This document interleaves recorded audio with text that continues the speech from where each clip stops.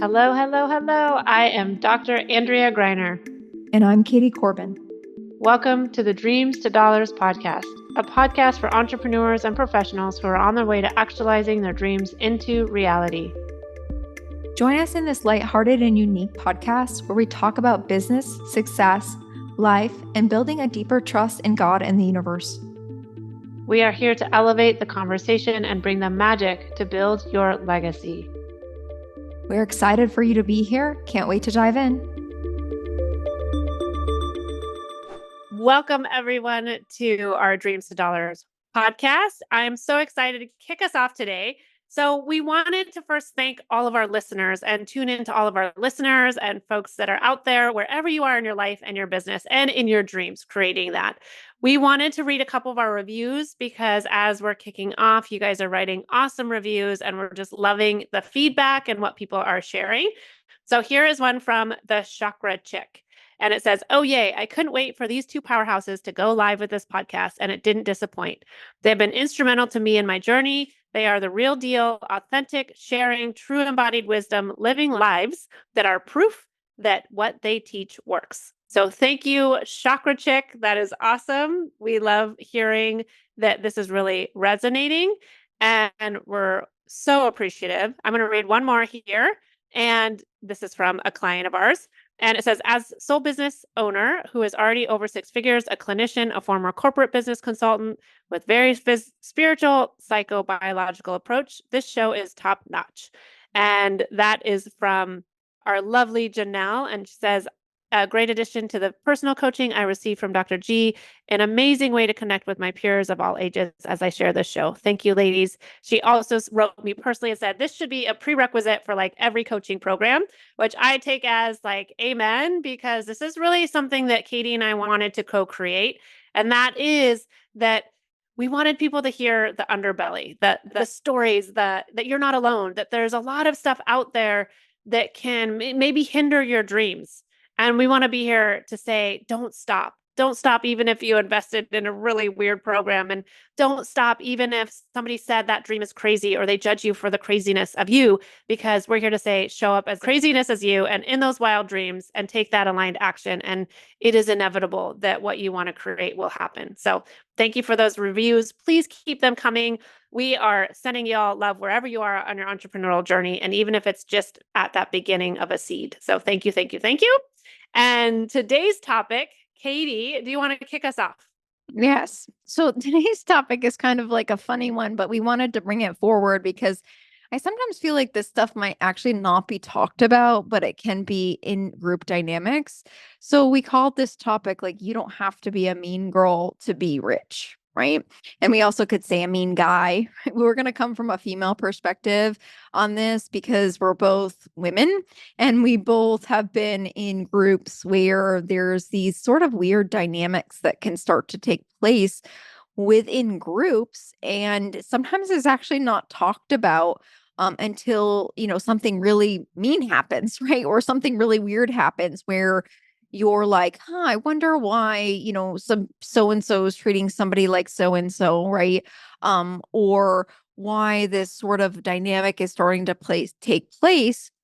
And I do feel like, and Andrea, you can agree or disagree with me with this, but I do feel like it happens a lot in female-oriented groups where there can even be like this undermining energy or this energy of sort of like jealousy that's unspoken and tends to create this dynamic where people can actually almost like, pit themselves against each other or create these dynamics where it creates gossip in a group, which is really like a really low vibe. Gossiping is actually a really low vibe activity to be doing, right? And it's almost like we look at it and we go like, why does this have to happen within groups? And why does it often happen?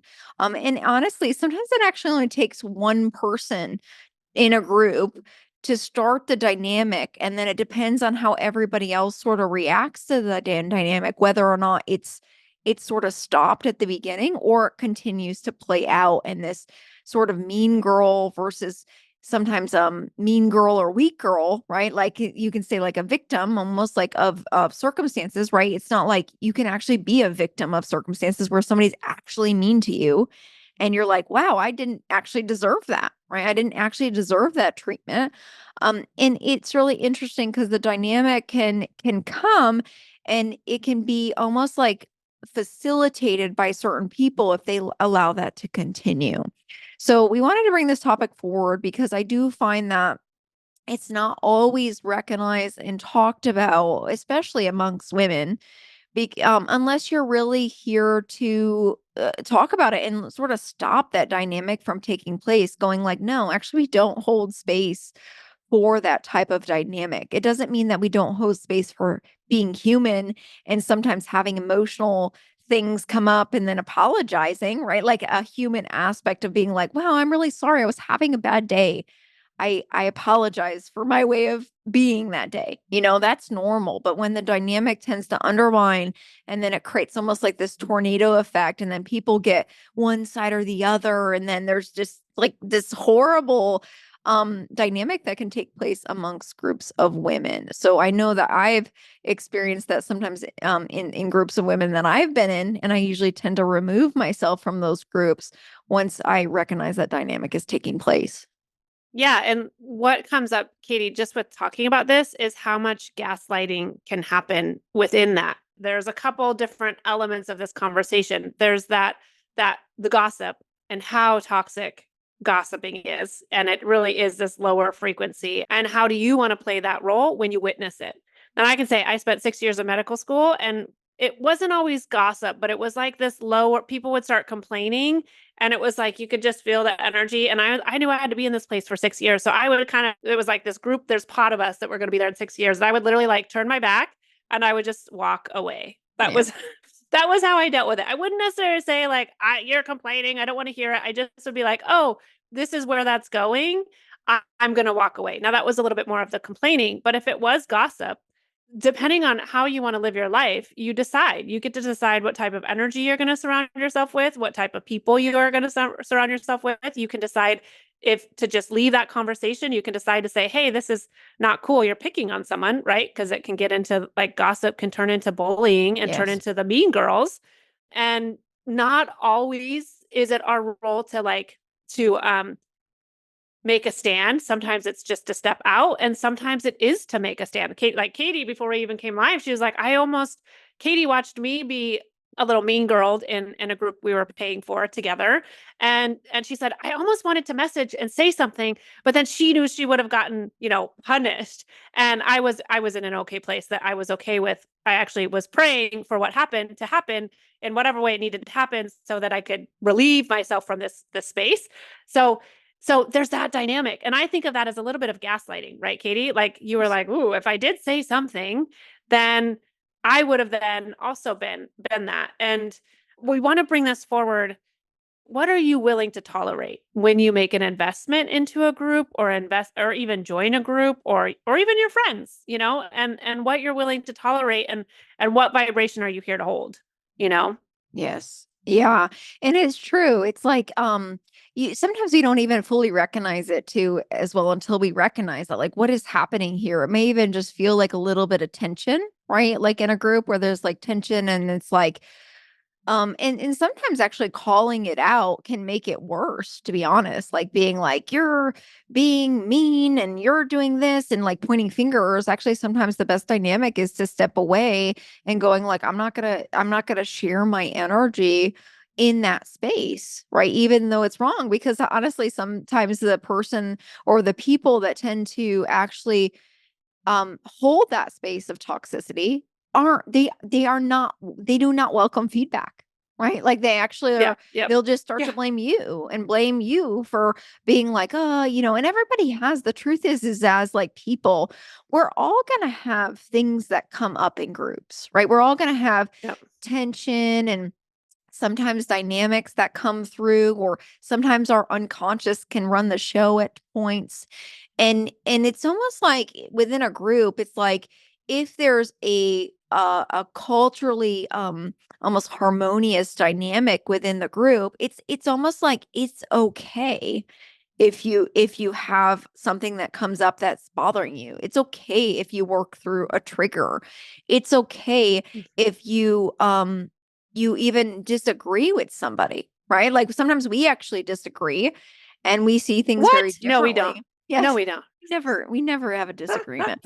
But sometimes we disagree and we go, that's okay. Like it's okay that we don't have the same opinion as each other in our lifetime. Like willing to hold space for the differences that everybody brings to the table, right? And this can also go into like the cult like mentality of the cult of the mean girls, right? And if people tend No. to feed that dynamic and also to continue to enable and engage that dynamic, it becomes worse. Right. So sometimes actually like just pulling your energy out and going like, actually, I'm not going to participate in this anymore.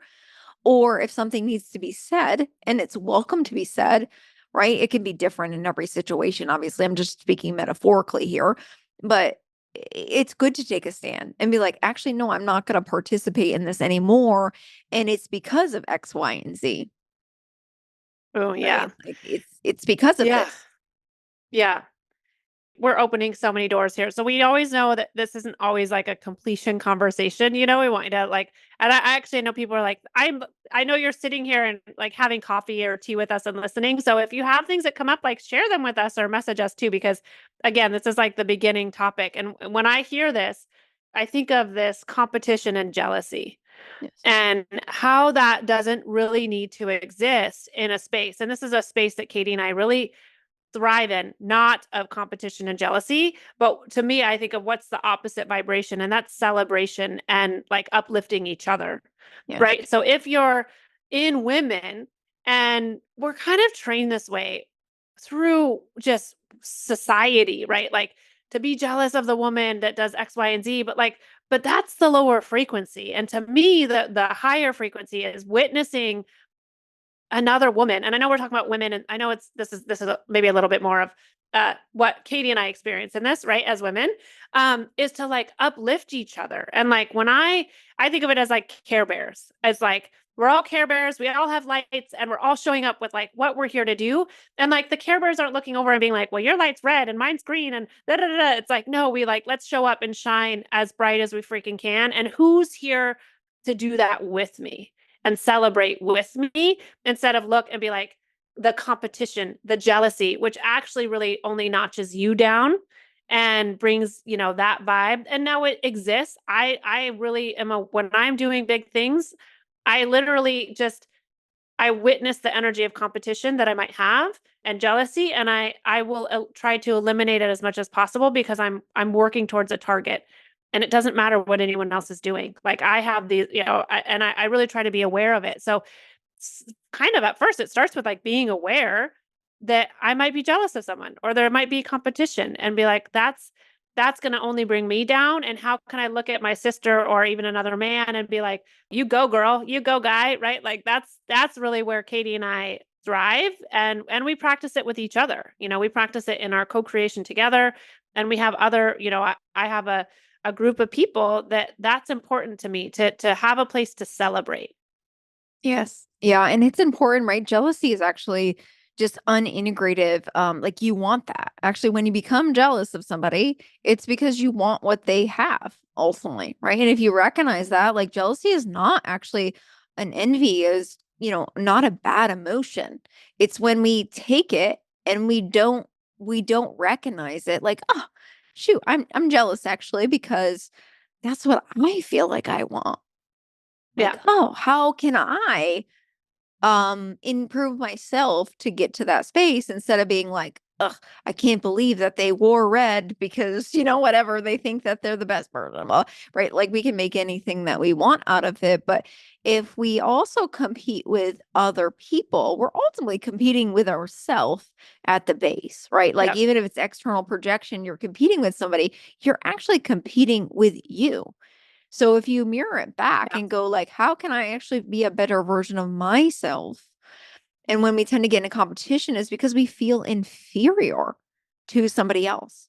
Like, oh, I'm going to win. I'm going to win over them. And it Yeah. is actually societal. And I want to say it's also generational, even within women, where women would have to compete for like a man, right? Like who's gonna get Yeah.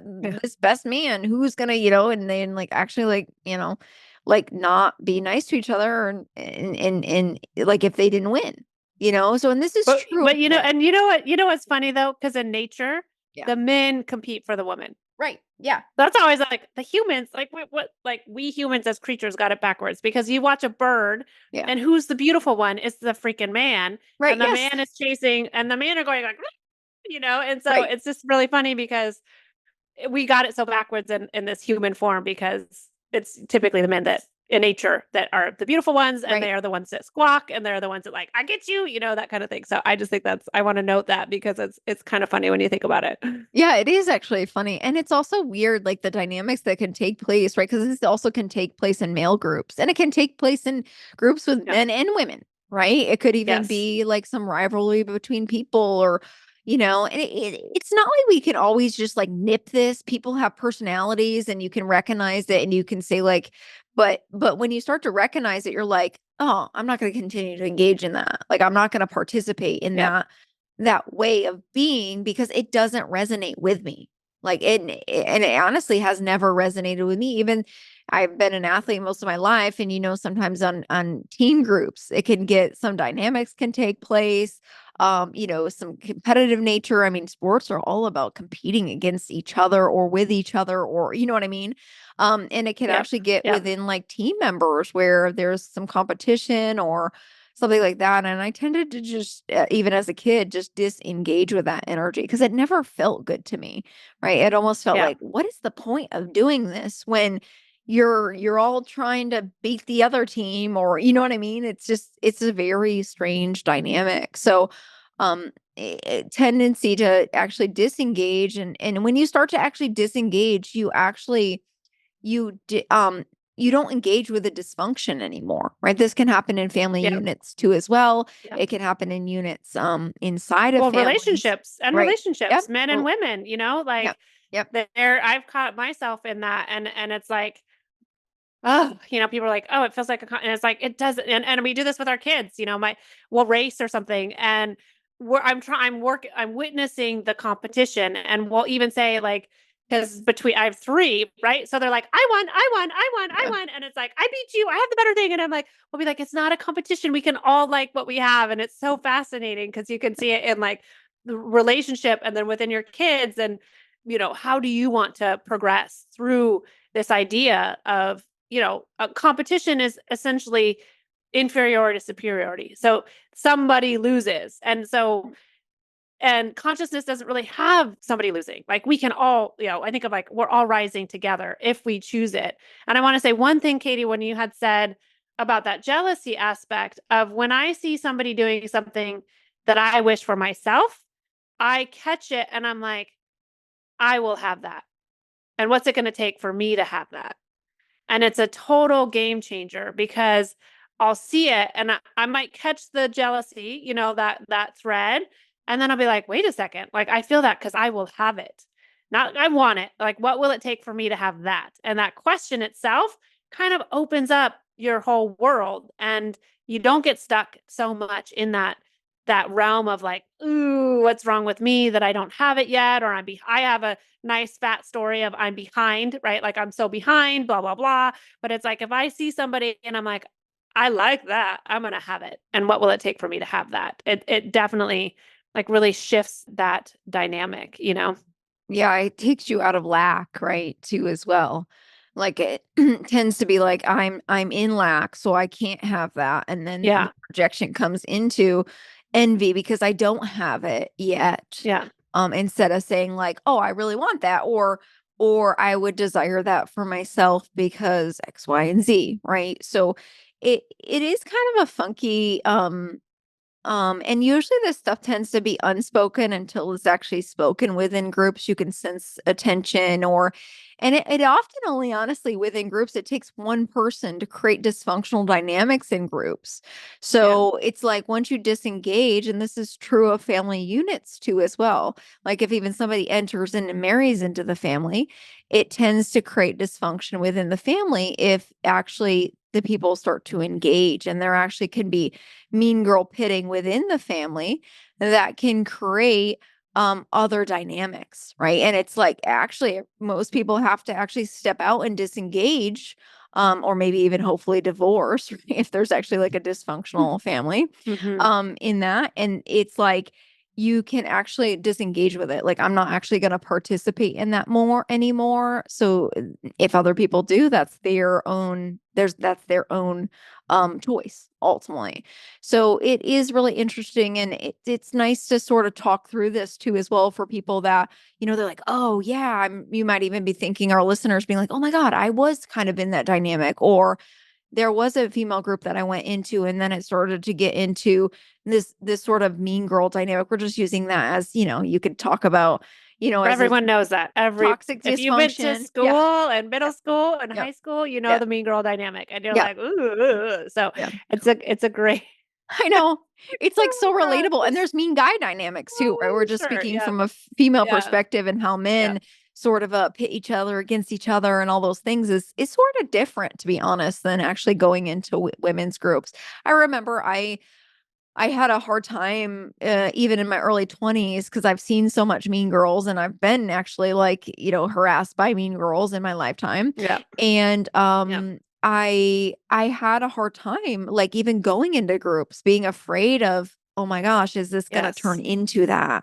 And I didn't want it to turn into that, because I don't know, I'm not the type of person that tends to like that kind of stuff. Like, I don't want really drama in Yeah. my life. I will disengage with that as quickly as I can. But I had come into like a fruition of me where at first in my early teens, I wasn't really as outspoken as I am now, right? I didn't really know how to Oh stand yeah. up for myself, or I didn't really know how to navigate those dynamics. Now I can recognize it fairly quickly, but it took actually like me being in groups like that and Yep. recognizing, and actually sometimes being bullied by those type of people, to be like, no, thank you. I will not be engaging in that bullshit anymore. So Yeah. it's like sometimes we actually learn a way of being, sometimes going through some of those dynamics where you feel yucky, and you actually are somewhat victimized by the type of people that thrive in those type of groups. Yeah. Yeah, I agree. And it's all a learning, it's like Katie and I, when we've had programs, we've had people be hesitant because of those dynamics, or because they've been yelled at or gaslit or, mean girled. And we wanted to just have this conversation, because it's a way to start to be like, you don't have to choose that anymore. And you can actually ask the energy before you invest into something, like, is this going to be that? Yeah. And you're like, I'll know pretty quick. Like, I know pretty fast. Just like Katie said, I was also very quiet growing up. I was usually the captain and, the cheerleader of most teams that I was on. I didn't really like that nitpicking stuff either. Um, and it was a skill that developed through time. And we can still be in well, Katie and I, almost, Katie's not 40 yet, but Yeah. we can be in our 30s and 40s and 50s and be like, still learning, right? Like, I've invested into places that I was like, no, I'm stepping out. I actually don't agree with this. Or, I just recently, even I did that. I said, I don't need this. And I actually don't agree with some of the ways that things were being implemented. And I kindly, gently stepped out and didn't need to be a part of that space anymore. And it wasn't so much mean girl, but it could be like, it doesn't match your values. And Yes. I always Yes. also say, like, that doesn't match my values, and I don't need to feel like I have to do that. We're all learning, right? We're all learning that. Katie and I both invested in something that did have a little bit of a mean girl environment. And just like we said at the beginning, sometimes you don't have to say anything, and you can gently step out. And sometimes you're like, oh no, I'm taking a stand on this. And Yeah. and that's each of us to our own. And for me, it would likely be if I saw somebody being abused or verbally abused. I have quite a, like, roar, I have that, like, I'm gonna stand up Lioness. for that. Yeah, I Yeah. have like that wolf comes out, and as I see Katie's on her wall, right? It's like that wolf comes out is like, oh, you don't fuck with my people, that kind of thing. And that's also a place you want to invest in, like, with people that are that have the stand for, like, this is not tolerated in our space. Yes. We are here to celebrate, to contribute, to cheer each other on, to be like, how can I, either physically, emotionally, energetically contribute to you, because I believe in your vision and your mission. and go to those places. Ask the energy, will this contribute to my life if I invest into this? Will this group be like high value, high community, all of that, and follow that. Like questions will really open up your life so much more. And you don't have to be in that mean girl, step out of the mean girl world, right? Yes. It's like, Yeah, it's definitely a Yeah. toxic place to be, and it tends to create more toxicity, right? And if you're like, I don't want that in my life, you have the opportunity to recognize it and also go like, I'm not going to be in those groups. And this can even happen. It doesn't have to even be in person. Sometimes these actually happen in Facebook groups. They happen in like Telegram groups. They happen in all these sort of they happen on groups. Instagram posts. They happen in Yes. posts. They happen Yes. in, you watch it and you're like, God, why can't people just keep their mouths freaking shut? Right? Yeah. It's like it happens everywhere. And you can ask, is it your space to give energy to it, or do you just need to step away? Yeah. And that's each to each their own for that. So we would love to hear from you on this conversation. Feel free to message us, join our Facebook group. Katie and I have an awesome program we're going to be opening up. Whether you listen to it now or in a year, that program is going to be there. So message us if you're ready to really up level into something that's going to create so much more for your business and your dreams that you are creating into reality. We send you all so much love. Thank you for listening to the Dreams to Dollars podcast. If you vibe with our content and want to find out how to work with us, check out our show notes for the links.